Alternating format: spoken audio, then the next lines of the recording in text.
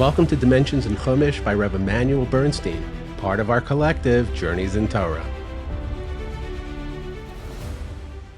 Welcome to Dimensions in Chumash by Rabbi Immanuel Bernstein. I'm Steve Geller, and I'm excited to bring you a piece by Rabbi Bernstein on Akeydas Yitzchok, the binding of Isaac. According to most commentators, it's the last of the 10 trials of Abraham, and in many ways, it's in a category all its own. Its enduring significance is reflected clearly in the exalted place that it occupies in our prayers to this day.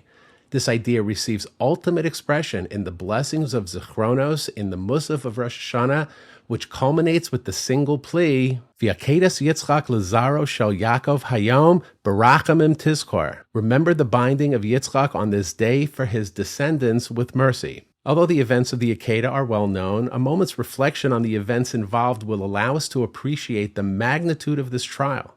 But at the outset, we will appreciate that much of the story can be lost on us, since we approach and discuss the Akeyda with the knowledge that it didn't actually happen at the end. To this end, putting ourselves back for a moment in real time, where Avraham had no notion that it would not occur, will also contribute most meaningfully to the appreciation of this test. First, what was the test?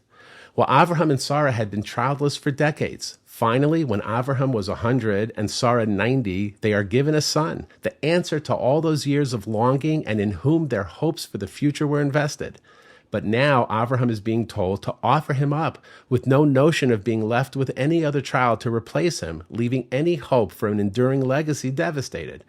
Moreover, the act itself of offering one's child as a sacrifice goes against the fundamentals of morality that Avraham had preached for all those years.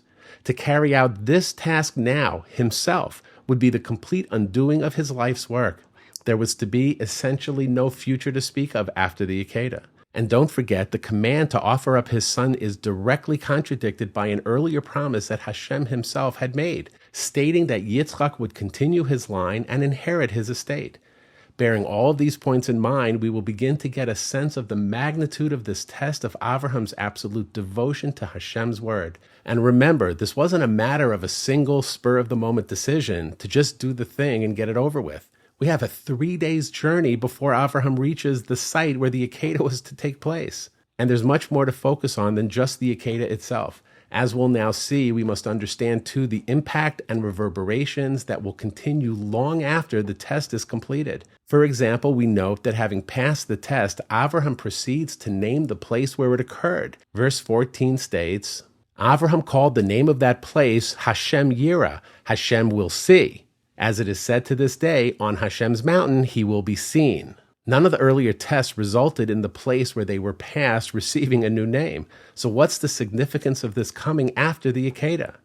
In truth, even the words used to describe the renaming are themselves enigmatic, leaving us with several questions. First, what specifically is Avraham saying Hashem will see? 2, why does the sentence begin referring to Hashem seeing and then conclude with Hashem will be seen? 3, what day is being referred to by the words Hayom, this day? And fourth, how is all this connected to the Akeyda? And not surprisingly, the commentators from Rashi onwards discuss these basic questions. Let's consider a fascinating explanation which is offered by the Vilna Gaon. The basis of his comment is a midrash, which states that after creation, the divine presence resided below in this world. However, as a result of Adam's sin, it distanced itself from the world and ascended heavenward, residing in the lowest level of heaven. The major wrongdoings of 6 subsequent generations resulted in the divine presence ascending 6 levels higher until it was at the 7th and highest level of heaven, completely removed from this world. However, Avraham brought about a turning point, bringing the divine presence 1 level closer, and the next 6 generations bringing it closer still. Until in the days of Moshe, the divine presence had returned to reside in the world below. The entire process of returning the divine presence to this world was one which began with Avraham and culminated with Moshe. Both of these initial and final stages are described in verse 14 as follows. The pasuk begins by saying that Avraham called the place Hashem will see, reflecting his achievement in bringing the divine presence 1 level closer so that all may know that Hashem sees and supervises the events of this world. At this point, the verse has finished quoting Avraham's word at that moment, and the concluding words of the pasuk are those of the Torah itself, as it begins to describe how that process, initiated by Avraham, was concluded 6 generations later in Moshe's days. Therefore it says, which today may be said as Hashem can be seen on the mountain. So let's pause here and understand the profound meaning of what Rabbi Bernstein is telling us. Hayom, today, in the pasuk, is referring to when the Torah had been given on Har Sinai. On that day, the people experienced a vision of Hashem's glory in this world. So this one pasuk describes a process of bringing Hashem's presence closer to our world that started with the Akeyda, where Avraham says Hashem will see, and culminates with Moshe at Har Sinai, with the same pasuk telling us, Hayom, on that day, Hashem will be seen by all of Klal Yisrael. That's just amazing. And through this, we can see that the Akeyda went beyond being an event. Rather, it begins a process, which would end in the giving of the Torah itself. Still, we have to ask, what was it about the Akeyda which marked it as the beginning of this process? To answer this question, we have to look closer at Avraham's words in renaming the mountain Hashem will see. There are a number of statements from Chazal which reflect on the uniqueness of the Jewish people. For example, the Gemara in Kedushin 39b states that if a Jew wanted to perform a mitzvah but was unable to do so, it is nonetheless considered as if he performed the mitzvah. The reason is, since his inner will desires the performance of mitzvahs, any external impediment to its performance does not detract from his intention as a true expression of his will. In fact, this idea even has implications in the realm of halacha.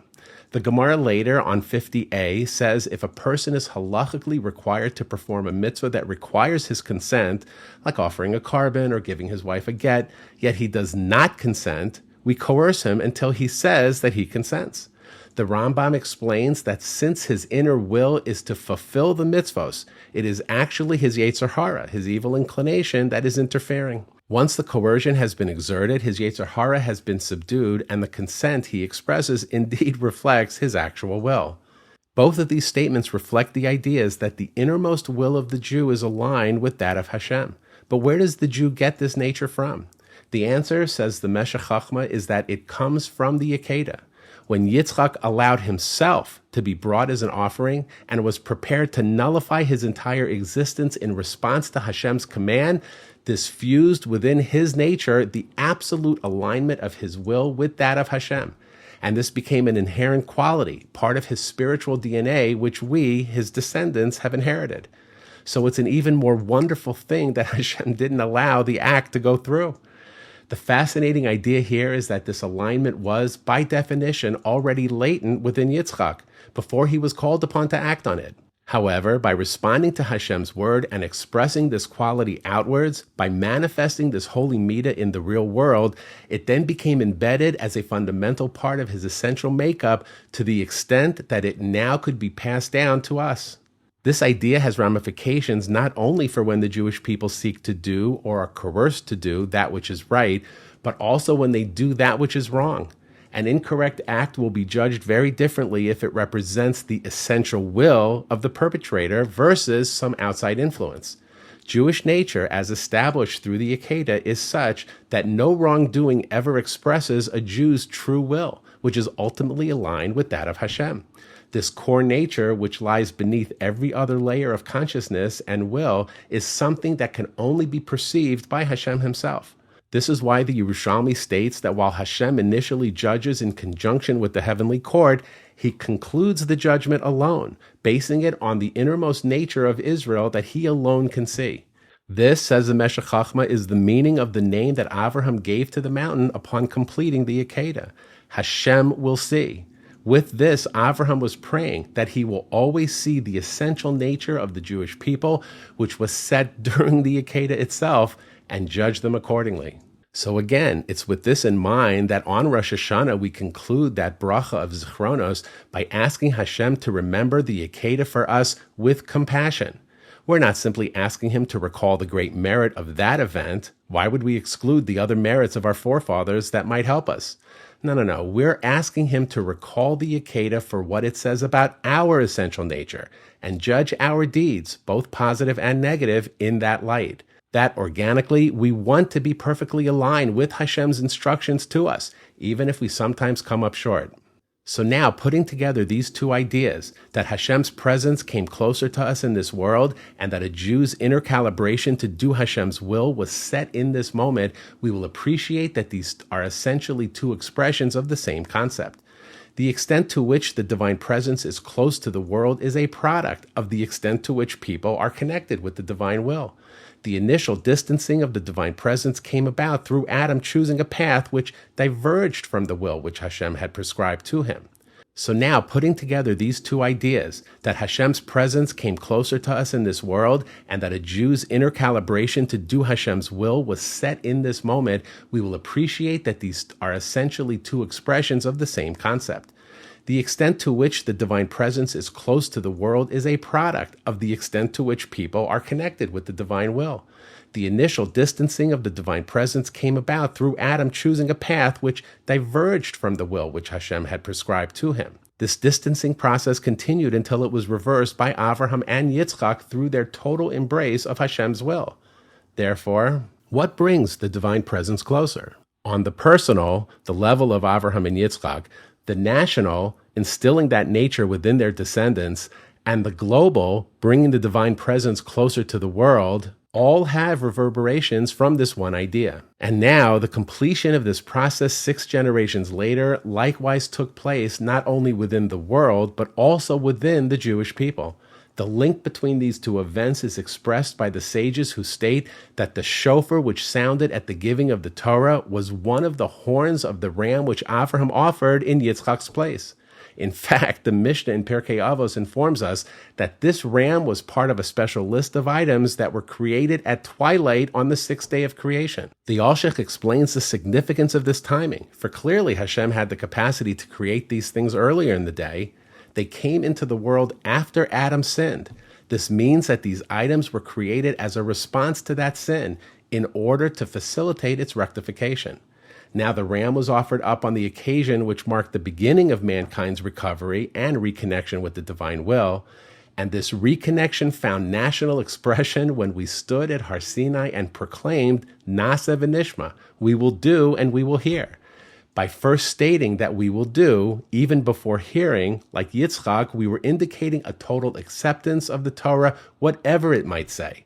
This complete alignment of our goals with those of Hashem was, in national terms, an Akeyda event, and therefore it was only fitting for the shofar which sounded at the culmination of Jewish destiny to come from the ram which Avraham had offered at the time of the Akeyda itself. And indeed, the Midrash further states that the second shofar from that ram will be the one that sounds to announce the arrival of Mashiach.